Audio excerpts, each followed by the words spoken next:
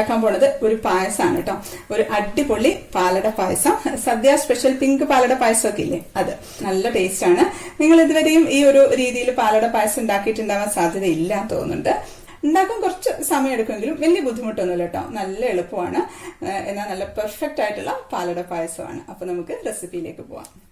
Video തുടങ്ങുന്നതിന് മുമ്പ് ഒരു കാര്യം പറഞ്ഞോട്ടെ. ഇപ്പോഴും വളരെ കുറച്ചു പേർക്ക് മാത്രമേ ചാനൽ നോട്ടിഫിക്കേഷൻസ് കിട്ടുന്നുള്ളൂ.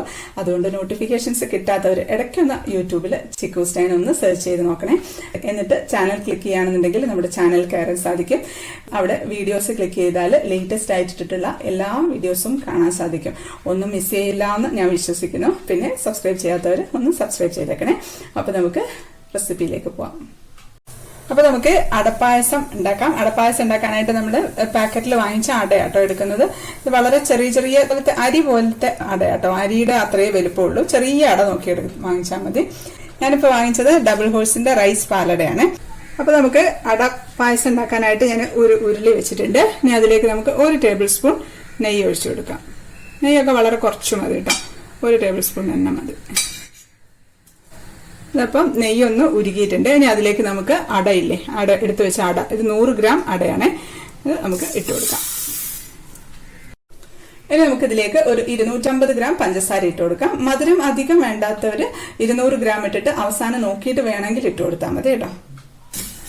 നമുക്കിത് ഇളക്കി കൊടുക്കാം.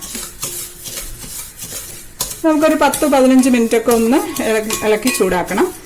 ഇത് നമുക്ക് ഉരുളി തന്നെ വേണമെന്നില്ല കേട്ടോ. അടികട്ടിയുള്ള ഏത് പാത്രമായാലും മതി.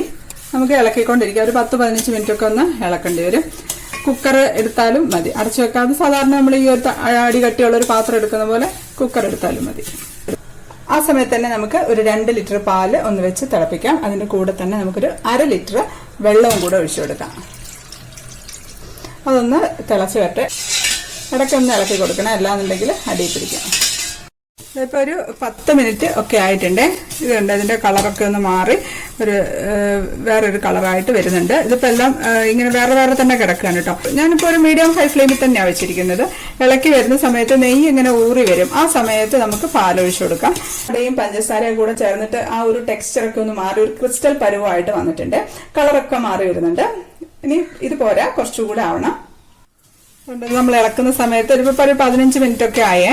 ആ സമയത്ത് ഇതിനകത്തൊന്ന് നെയ്യ് ഊറി വരുന്നുണ്ട്. ചെറുതായിട്ട് നെയ്യ് ഊറി വന്ന് നമുക്ക് ഇളക്കാനായിട്ട് ഇത്തിരി പാടായിട്ട് വരും. കുറച്ചുകൂടെ ഒന്ന് ഇളക്കി കൊടുക്കാം. ഇപ്പൊ നെയ്യ് അതാ ഊറി വന്നിട്ടുണ്ട്. കണ്ടാതെ നടുക്കൊക്കെ നമുക്ക് ഇളക്കാൻ കുറച്ച് ബുദ്ധിമുട്ടായിട്ടുണ്ടാവും. നമുക്ക് തീ ഒന്ന് കുറച്ച് വെച്ചിട്ട് പാലൊഴിച്ചു കൊടുക്കട്ടെ, അല്ലാന്നുണ്ടെങ്കിൽ അടി പുറത്തേക്ക് തെറിക്കും. 17 മിനിറ്റ് ആയിട്ടുണ്ട്. ഇപ്പൊ നമുക്ക് തിളപ്പിക്കാൻ വെച്ച പാലും വെള്ളവും കൂടി ഇല്ലേ, അത് ഒഴിച്ചു കൊടുക്കാം.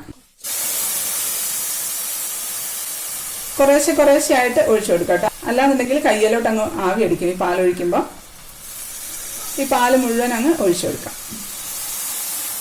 ഇപ്പൊ ഈ അടയൊക്കെ കൂടി കട്ടിയായിട്ട് കല്ല് പോലെ ആയിട്ടുണ്ടാവും കേട്ടോ. പക്ഷെ അത് കുഴപ്പമില്ല, കുറച്ച് കഴിയുമ്പോൾ തന്നെ അങ്ങ് ശരിയായിക്കോളും. ഇനി ഇത് നമുക്ക് തീ കൂട്ടി വെച്ച് ഒന്ന് തിളപ്പിച്ചെടുക്കാം. ഇതിപ്പം ഉള്ളിലെല്ലാം കട്ടകളുണ്ടാവും, കുഴപ്പമില്ല. അടിയിരുന്ന് തന്നെ തിളക്കട്ടെ. എപ്പോഴും ഇങ്ങനെ ഇളക്കിക്കൊണ്ടിരിക്കേണ്ട ആവശ്യമില്ല, ഇടയ്ക്കൊന്ന് ഇളക്കി കൊടുത്തിരുന്നാൽ മതി. ഇതിപ്പോൾ കട്ടയൊക്കെ പോയിട്ടുണ്ട്, എല്ലാം നല്ല സ്മൂത്ത് ആയിട്ടുണ്ട്. ഇനി നമുക്ക് ഇതൊന്ന് വേവിച്ചെടുക്കണം. ഇങ്ങനെ തുറന്ന് വെച്ച് വേവിച്ചാൽ മതി. ഒരു മണിക്കൂർ തൊട്ട് 1.5 മണിക്കൂർ വരെ ആവശ്യമുണ്ടാവും കേട്ടോ. പക്ഷെ നമുക്ക് ഒരുപാട് പണിയൊന്നുമില്ല. ഇനി ഇത് ഇത്രയേ ഉള്ളൂ. ഇത് അവിടെ ഇരുന്ന് തിളച്ച് വെന്തോളും. ഇടയ്ക്കൊന്ന് ഇളക്കി കൊടുത്താൽ മതി. ഇപ്പം 1 മണിക്കൂർ ആയിട്ടുണ്ട്. ഇടയ്ക്കിടയ്ക്ക് ഇളക്കി കൊടുക്കണം. ആ പാട കെട്ടും മുകളിൽ, അത് മാത്രമേ ഉള്ളൂ പ്രശ്നം. അല്ലാന്നുണ്ടെങ്കിൽ ചൂട് കെട്ടിയുള്ള പാത്രമാണെന്നുണ്ടെങ്കിൽ ഇടയ്ക്ക് ഇളക്കി കൊടുത്താൽ മതി. അതിന്റെ കളറൊക്കെ മാറി നല്ല മണാട്ടോ, ഒരു രക്ഷയില്ല. നമുക്കിപ്പൊ തന്നെ ഇങ്ങനെ എടുത്ത് കുടിക്കാൻ തോന്നുന്നുണ്ട്, അത്രയും നല്ലൊരു സ്മെല്ലാണ്. പിന്നെ എളുപ്പത്തിൽ തയ്യാറാക്കാവുന്ന ഒരു കുക്കറിൽ ഉണ്ടാക്കാവുന്ന ഒരു പാൽപ്പായസത്തിന്റെ റെസിപ്പി ഞാൻ ഓൾറെഡി ഇട്ടിട്ടുണ്ട്. പഴയ ഒരു വീഡിയോ ആണ്. അടിപൊളി ടേസ്റ്റ് ആട്ടോ. ഉണ്ടാക്കിയവരൊക്കെ നല്ല അഭിപ്രായമാണ് പറഞ്ഞിട്ടുള്ളത്. അപ്പൊ അത് പെട്ടെന്ന് ഉണ്ടാക്കണമെങ്കിൽ, അട കിട്ടിയിട്ടില്ല എന്നുണ്ടെങ്കിൽ അരിയാണ് എടുക്കുന്നതെങ്കിൽ അത് വെച്ചിട്ട്, ഇപ്പൊ എല്ലാവരുടെ അടുത്തും അരി ഉണ്ടാവുമല്ലോ, പച്ചരി വെച്ചിട്ടാണ് ഉണ്ടാക്കുന്നത്. അത് വെച്ചിട്ട് നല്ല ടേസ്റ്റ് ആയിട്ട് തന്നെ പാൽപ്പായസം ഉണ്ടാക്കിയെടുക്കാൻ പറ്റും. തീയുടെ കാര്യം ശ്രദ്ധിക്കണം. ഒരുപാട് അങ്ങ് വെച്ച് പെട്ടെന്ന് തിളപ്പിച്ചങ്ങ് വറ്റിക്കരുത്. അപ്പൊ നമുക്ക് അതായത് അട വെന്ത് കിട്ടില്ല. അട കുറച്ചുകൂടെ ഇനി വേവാനുണ്ട്. ഇനി ഒരു 1/2 മണിക്കൂർ കൂടെ ഒക്കെ ഇരിക്കാനുണ്ട്. അവിടെ ഇരിക്കട്ടെ. ഇപ്പം 1.5 മണിക്കൂറായിട്ടുണ്ട്. കുറെ കൂടെ വറ്റി വന്നിട്ടുണ്ട്. ഇതിരിക്കുമ്പം കുറച്ചും കൂടെ ഒന്ന് കുറുകും. അപ്പോൾ ആ കണക്കിന് എടുത്താൽ മതി, ഓഫാക്കി എടുത്താൽ മതി. കുറച്ചുകൂടെ ഒന്ന് ഇരിക്കാനുണ്ടത്, കുറച്ചുകൂടെ വെള്ളമുണ്ട്. അതിന്റെ കളർ കണ്ടില്ലേ, നല്ല ഒരു ലൈറ്റ് പിങ്ക് കളർ ആയിട്ടുണ്ട്. ഒരു ക്യാമറയിൽ കളർ അത്ര കറക്റ്റ് ആയിട്ട് കാണാൻ പറ്റുന്നില്ല. അമ്പലപ്പുഴ പാൽപ്പായസത്തിന്റെ ഒക്കെ ആ ഒരു കളറും ടേസ്റ്റും ഒക്കെയാണ് കേട്ടോ ഈ പായസത്തിനുള്ളത്. അപ്പോൾ ഇത് മതി. നമുക്കിത് മധുരം നോക്കിയിട്ട് മധുരം വേണമെങ്കിൽ ഇട്ട് കൊടുക്കാം. മധുരമൊക്കെ കറക്റ്റാണ്. ഇനി 200 ഗ്രാം പഞ്ചസാരയാണ് ആദ്യം ഇട്ടതെങ്കിൽ ഒന്ന് നോക്കിയിട്ട് ഇപ്പോൾ വേണമെങ്കിൽ ഇട്ട് കൊടുത്താൽ മതി. അപ്പോൾ ഇരിക്കുമ്പോഴത്തേക്കും ഒന്നും കൂടെ ഒന്ന് കുറുകി വരും. അപ്പോൾ ഇത് മതി. നമുക്കിത് ഓഫാക്കാം. ഓഫാക്കാൻ പോവാണ്. ഞാൻ ഈ ഒരു തവി എടുക്കുകയാണ്. നമുക്ക് പായസം കോരി എടുക്കാനൊക്കെ ഈ തവിയല്ലേ വേണ്ടേ. ഉണ്ട്, നമ്മൾ വളരെ കുറച്ച് അടയിലിട്ടിട്ടുണ്ടായിരുന്നുള്ളൂ. പക്ഷേ ഇതൊക്കെ കറക്റ്റായിട്ടായിട്ടുണ്ട് കേട്ടോ. എല്ലാം നല്ലോണം വെന്തിട്ടുണ്ട്.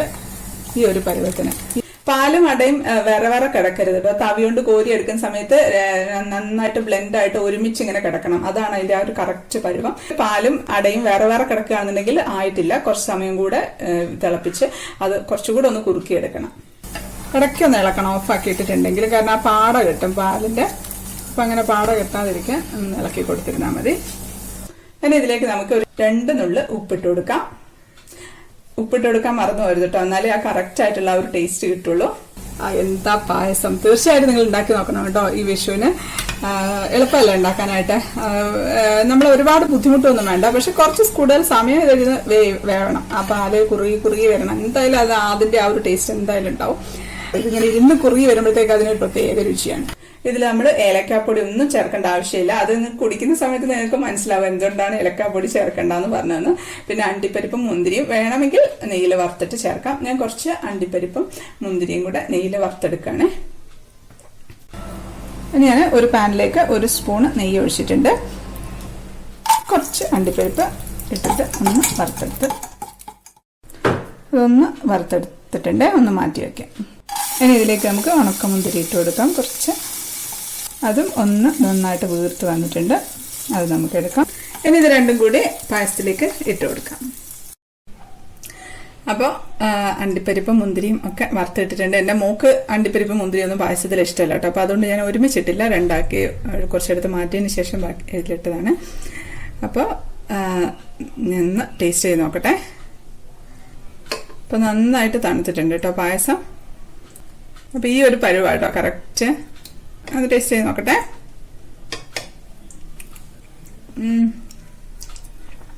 പെർഫെക്റ്റ് എന്ന് പറഞ്ഞാൽ അത്രയ്ക്ക് അടിപൊളിയാണ്. തീർച്ചയായിട്ടും നിങ്ങൾക്ക് ഇഷ്ടപ്പെടും, ഒരു സംശയമില്ല. ഒരു പ്രാവശ്യമെങ്കിലും നിങ്ങളത് കുടിച്ചിട്ടില്ല എന്നുണ്ടെങ്കിൽ ശരിക്കും ഒരു നഷ്ടമാണ് കേട്ടോ. അത്രയ്ക്ക് രുചിയുള്ള ഒരു പായസമാണ്. ഈ പായസം ഏറ്റവും ടേസ്റ്റ് എപ്പോഴാണെന്നറിയോ? ഇതിന്ന് ഫ്രിഡ്ജിൽ വെച്ച് നാളെ ഇത് തണുപ്പിച്ച് കഴിക്കുമ്പോഴാണ്. അപ്പോൾ എല്ലാവർക്കും ഹാപ്പി വിഷു എന്നൊന്നും പറയാൻ പറ്റില്ല, കാരണം കൊറോണ പ്രശ്നം കാരണം നമ്മളെല്ലാവരും വിഷമത്തിലാണ്. എന്നാലും നമ്മളെല്ലാവരും വീട്ടിൽ സേഫായിട്ട് തന്നെ ഒരുമിച്ച് കൂടിയിരിക്കുകയാണല്ലോ. അപ്പോൾ വിഷുവിന് കുട്ടികൾക്ക് ഇഷ്ടപ്പെടുന്ന നല്ല രുചിയുള്ള ഒരു പായസം അധികം ബുദ്ധിമുട്ടില്ലാതെ നമുക്ക് ഉണ്ടാക്കി കൊടുക്കാൻ പറ്റും. പിന്നെ ഈ ഒരു അവസ്ഥയിൽ നിന്ന് പെട്ടെന്ന് തന്നെ നമുക്ക് എല്ലാവർക്കും കരകയറാൻ സാധിക്കട്ടെ എന്ന് പ്രാർത്ഥിക്കാം. അടുത്തൊരു അടിപൊളി റെസിപ്പി ആയിട്ട് കാണാം. അതുവരേക്കും stay happy, stay positive. By.